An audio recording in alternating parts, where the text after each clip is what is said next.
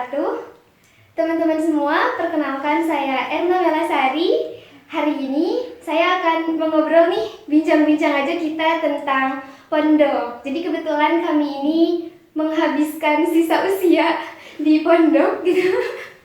Masih muda, tapi kita kan tidak tahu usia ya. Jadi kita menghabiskan sisa usia di pondok, mudah-mudahan sampai selesai. Bersama saya ada Mbak, siapa Mbak?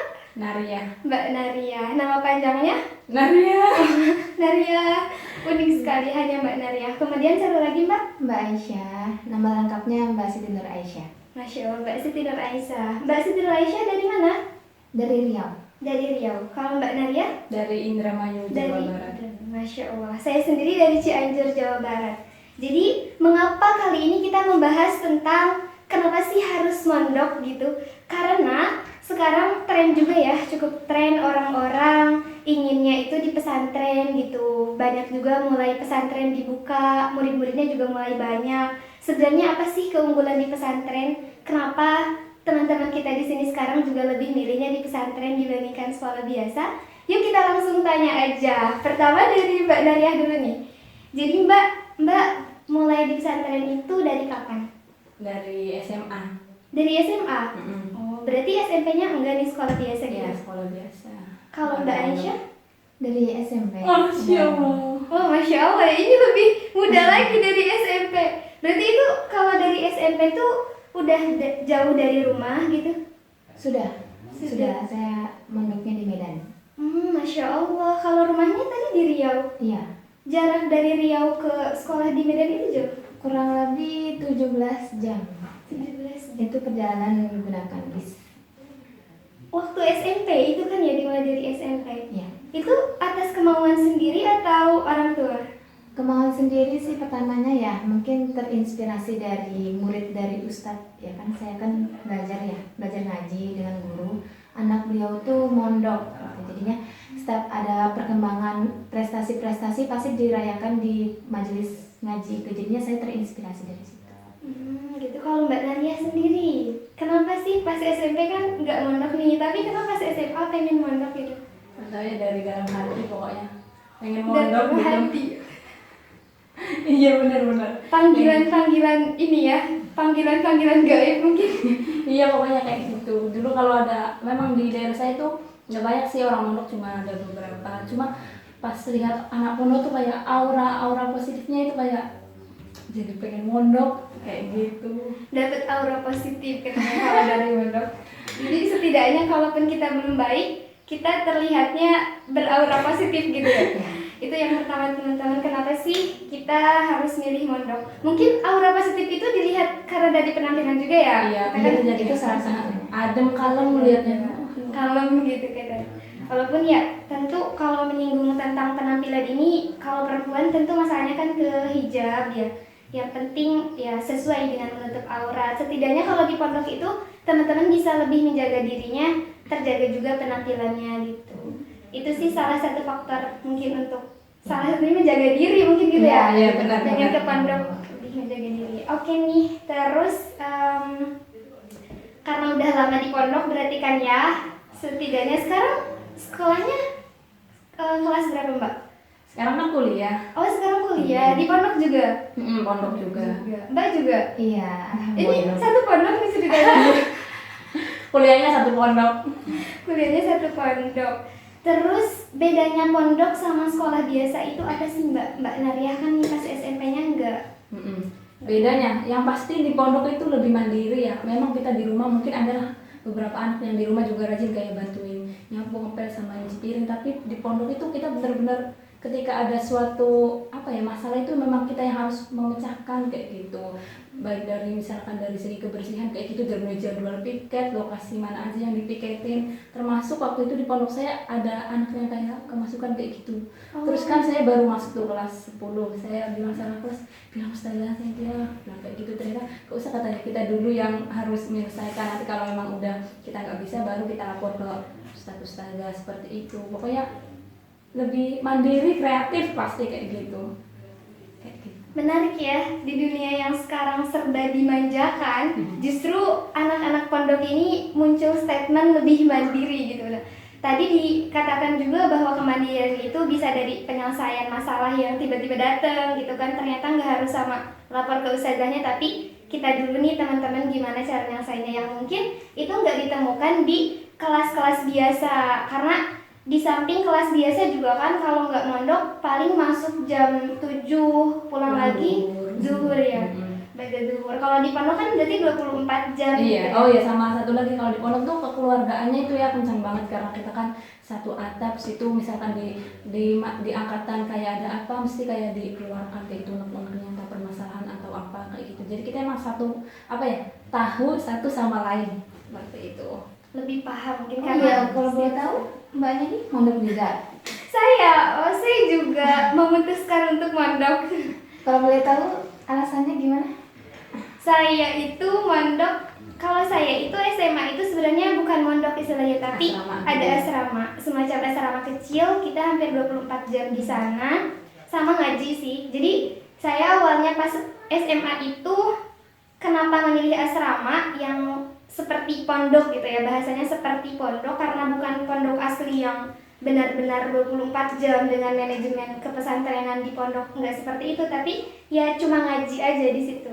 Itu karena guru saya yang minta pokoknya harus ngaji ba'da maghrib sama ba'da subuh. Nah dari situlah mungkin karena lingkungannya baik, orang-orang memposisikan saya sebagai orang yang ayo ngaji gitu. Nah ternyata yang ngaji tersebut, ngajinya bukan cuma ngaji Quran lah ya, tapi kalau ngaji kitab atau bahasa Arabnya juga sih, kan itu penting banget ya di zaman sekarang. Nggak cuma bahasa Inggris yang emang harus kita dalamin, kuasain, tapi bahasa Arab itu jauh lebih penting karena kita pertama orang Islam dong gitu. Yang kedua, kalau kita mau di ranah pendidikan kan bahasa Arab harus benar-benar dikuasainya buat dalamin si Quran itu sendiri bahasa Arab gitu kan. Jadi di situ aku pikir, wah biar bisa tetap ngaji kayak gimana nih, makanya masuk ke pondok gitu. Jadi aku pas kuliah sekarang memutuskan untuk di pondok lagi ya biar bisa ngaji, salah satunya itu. Selain karena tadi ya kemandirian dan kekeluargaan gitu sih mbak. Terus apa nih? Kesan-kesannya gimana? Kesan? Kan soalnya kan SMP, SMA kan belum mondok nih, baru memutuskan mondok lagi nih pas ini kuliah. Kesan-kesannya apa? Kalau aku ya kesan di pondok itu yang pertama Masya Allah ya. Tidak ada kata yang istimewa selain Masya Allah, Alhamdulillah gitu.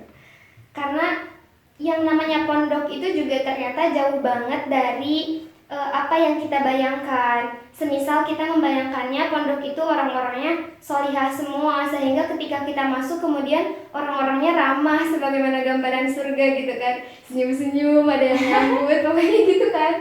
Tapi ternyata ya nggak gitu juga, karena banyak sekali orang di dalam situ, sehingga kita juga harus belajar bagaimana sih cara nyikapin orang gitu kan. Itu sebenarnya hal yang sederhana, tapi gak ada teori yang bisa dipelajari. Itu pelajarannya itu adalah langsung praktek gitu, gimana cara kita ngadepin orang. Ada orang yang ramah banget, tapi ada orang yang dia tuh diam juga kan, bukan berarti dia tuh nggak suka juga sama kita gitu, tapi ya itu emang kepribadiannya. Di pondok kita harus terbiasa itu 24 jam, sehingga saya rasa pengaruhnya ke dalam diri seseorang itu adalah ketika dia terjun ke masyarakat, dia sudah terbiasa gitu nanti dengan berbagai sikap orang. Itu sih kesannya, jadi Masya Allah sekali. Ini Sudah menjiwai banget ya.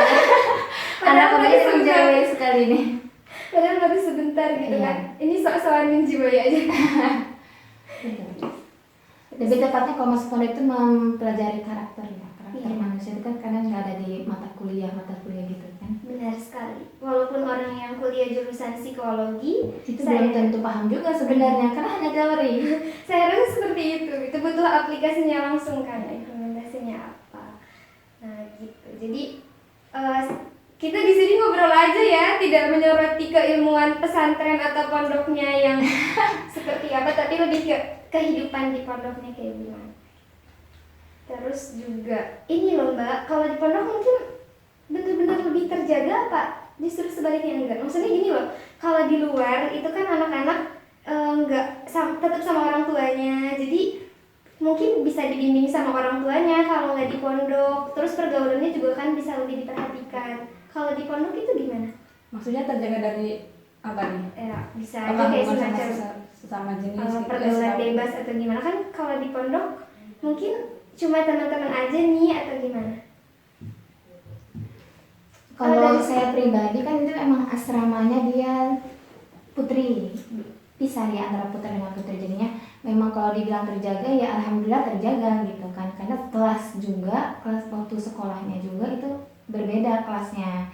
Kalau terjaga itu, tapi satu mungkin karena dia terbiasa dengan sesama jenisnya, begitu dihadapkan dengan yang misalnya ada kegiatan gitu kan dengan lawan jenis, itu dia mungkin lebih terasa grogi gitu kan, karena tidak terbiasa gitu. Ya mungkin lebih tepatnya banyak pemalu ya, karena pada umumnya kalau anak pondok itu dikenal dengan pemalu, Mbak. Oh, bagus. Tapi tergantung nih kan pemalunya tepat apa enggak gitu malu. Ada yang mau Ada Iya, yang malu-maluin. Iya gitu kan, jadinya kadang lebih kalau hadapin tampil di depan tuh lebih condongnya dia agak pemalu gitu kalau suruh tampil di depan. Tapi mungkin kalau memang dia jiwanya aktif mungkin nggak seperti itu, hanya beberapa orang. Seperti acara muhadharah gitu ya. Iya. Kalau di pesantren itu yang nggak ada di sekolah biasa itu acara muhadharah ya. Iya. Atau kalau di beberapa Mungkin pondok juga acara besarnya drama arena mungkin ya disebutnya. iya mungkin ada yang namanya Ya. drama arena atau panggung pentas apalah pokoknya setiap tahun pasti ada acara besar Ada. yang tadi itu melatih apa kreativitas. Ya. Situ kabarnya sih saya dengar-dengar pondok lain yang bukan pondok saya itu memang setiap tahun mengadakan suatu agenda besar semacam kreativitas anak-anaknya, menampilkan bakat-bakat, semuanya lah diolah gitu.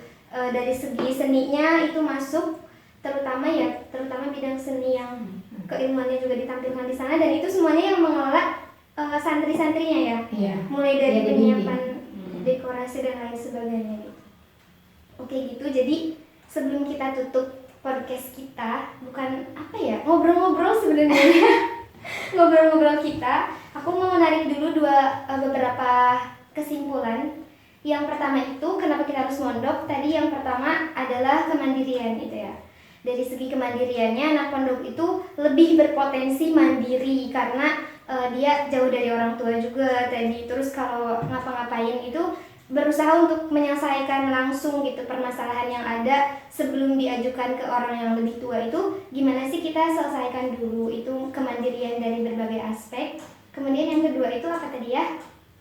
Ayo.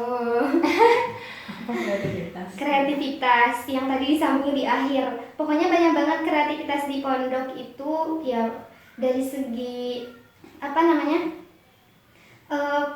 Kreativitas yang tadi panggung drama itu hanya salah satu latihan implementasi kreativitas yang bisa disajikan anak pondok itu di situ, yang nanti kalau aspek hiburan gitu. Kalau di masyarakat mungkin bisa ke pengabdian masyarakatnya ya, bisa terlatih di pondok. Iya. Bisa terlatih itu ya dari segi itunya. Terus kalau dari segi keilmuan tadi ada keunggulannya, bisa lebih intens ngajinya ya, Iya. baca kitab sama bahasa Arab dan lain sebagainya. Kalau di luar kan mungkin harus ngambil kelas tambahan atau baru.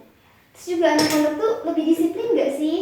Iyalah, Iya kan? lebih tuntut disiplin. Karena kan banyak jadwal pikir itu banyak sekali gitu. Jadwal cuci piring misalnya ada, jadwal bersihkan kamar, halaman gitu kan, kelasnya lebih dituntut untuk disiplin. Terus waktunya juga benar-benar ditentuin, kalau misalnya Iya. jam masuk sekian menit lagi gitu. Intinya mah kalau di pesantren itu identik dengan bel ya. Nanti jadwal sholat tet, jadwal makan tet gitu. Gitu, jadi memang disiplinnya benar-benar dilatih ya. Harapannya ketika selesai dari pondok, kegiatan itu kan tetap ada dalam diri kita gitu, semacam ada bel dalam diri ya. Jadi Iya. udah tepatlah jam segini ngapain gitu, udah ada rutenya, alurnya sendiri. Terus tadi juga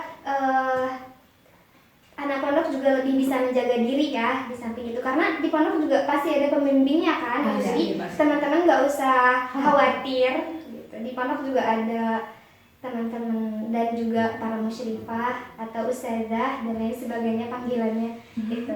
Nah terakhir nih Mbak, sebelum kita tutup, pesan buat para pelajar sekarang, baik yang mondok maupun yang belum mondok, itu apa sih pesannya? Gitu. Biar seenggaknya kalau yang udah mondok ya biar bisa mengaplikasikan apa yang dia dapat pas mondok. Kalau yang nggak mondok mungkin lebih ke gimana sih biar kalian tetap bisa mandiri, bisa jaga diri, bisa disiplin dan lain sebagainya.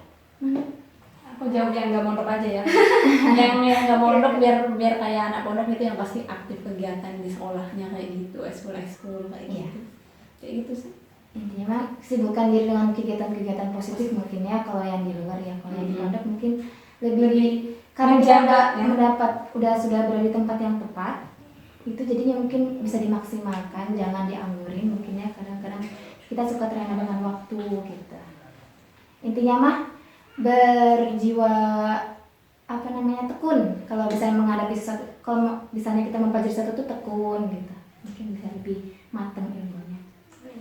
Masya Allah sekali ya. Jadi buat teman-teman yang belum mondok, kalian juga bisa tetap berjiwa mondok dengan menyibukkan diri dengan berbagai aktivitas positif. Kemudian juga untuk teman-teman di pondok, mudah-mudahan bisa mengaplikasikan seluruh lingkungan baik dan